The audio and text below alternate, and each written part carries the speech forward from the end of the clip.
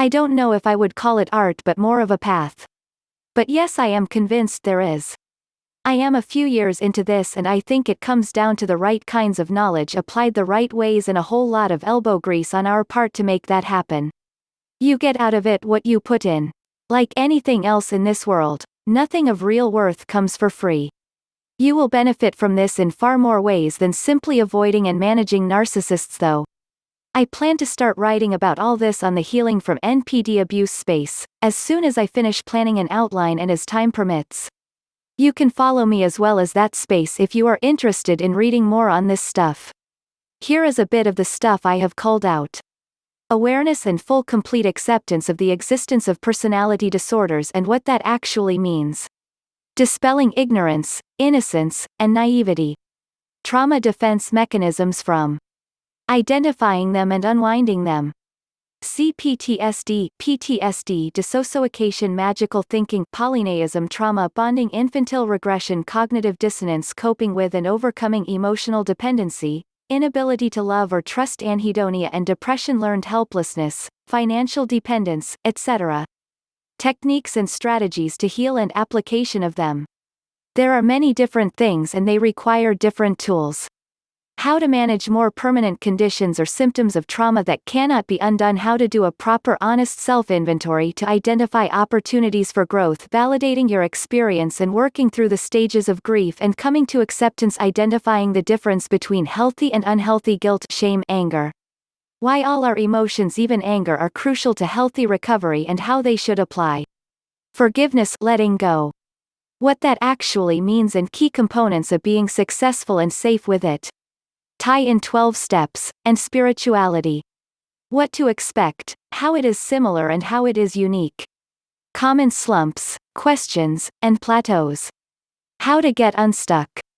Reengaging with humanity, moving on, knowing when you are ready for a relationship. Grieving the loss of your soulmate and relationship, coming to terms with what you have lost, obtaining closure without a dependency on the abuser. Learn to identify abusive behavior. Many will have known nothing else and don't actually understand what they are being abused and what normal looks like. Understanding what constitutes emotional abuse and how to identify that you are a victim of it. Being able to identify it for what it is really important. Understand the gravity of the damage done by emotional abuse. Victim blaming, shaming. Why it is wrong and what steps to take to minimize exposure to it. What to expect from those trying to help. How to get help and how to measure if it is helping or hurting your recovery. Properly place blame and accountability. Own your decisions, reject responsibility for the abuse. Culpability. Common false dichotomies and rebuttals. Identify family and childhood dynamics and impacts. Being the child of a narcissistic parent, roles assigned in this unhealthy family dynamic and how it affects the child. Additional secondary roles. Children may adopt adaptations of parenting styles by cluster B parents. How to deal and move forward with narcissistic parent families. Trauma bonding. Identifying the symptoms of trauma bonding. Understanding how codependence, misused term, overlaps with addiction and trauma in the context of traumatic bonding. Understanding the addiction aspect and how to overcome it. Identifying which biochemicals and hormones in your brain are affecting you as well as how to correct dysregulation of each of them. Learning the difference between intensity and intimacy and learning to acclimate back to normal. Learning which dysfunctional options to cope with betrayal apply to your situation. Learning how to address them. Identify the different types of betrayal that lead to traumatic bonding and be able to identify them and know which applies to you in your life. Be aware of and able to identify the patterns and factors that contribute to strengthening a trauma bond. Learn which you are susceptible to and how they apply to your current situation. Be able to identify which addictive and compulsive relationship patterns, and trauma solutions you engaged in that contributed to you becoming trapped and trauma bonded. Know the differences between healthy and unhealthy bonds and how to form healthy ones. Boundary development. Covering that huge topic is separate to trauma bonding role development.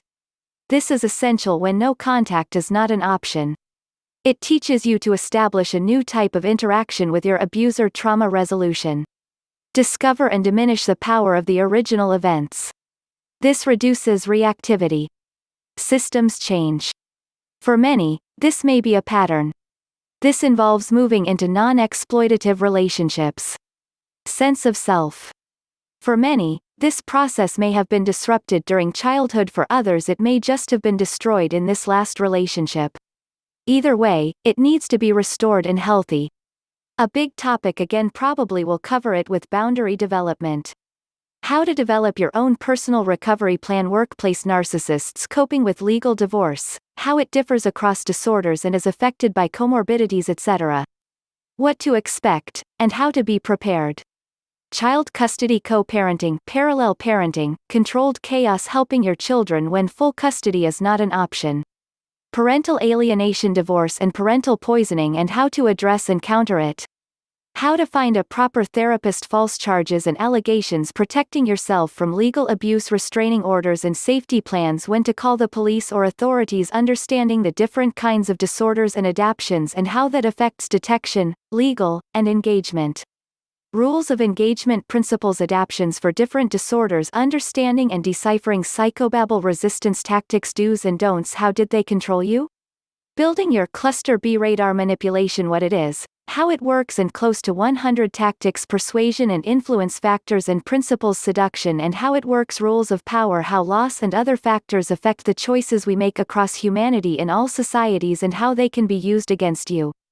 Nonverbals and tells, boundaries, self-love. Yes, this actually important, and yes, I know it pisses people off because it is usually just a bunch of handwaving.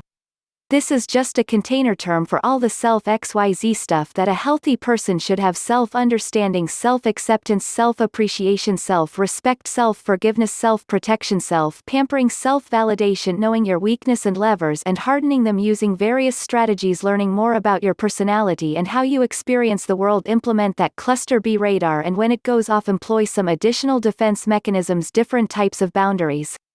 Different boundaries depending on the nature of the relationship. How to firm them up and hold them. Still, a work in progress, and I am still putting thoughts together, but I think all of this makes one fairly off limits to narcissists as well as any other toxic and abusive individual in any environment you may encounter them. They will hopefully look elsewhere.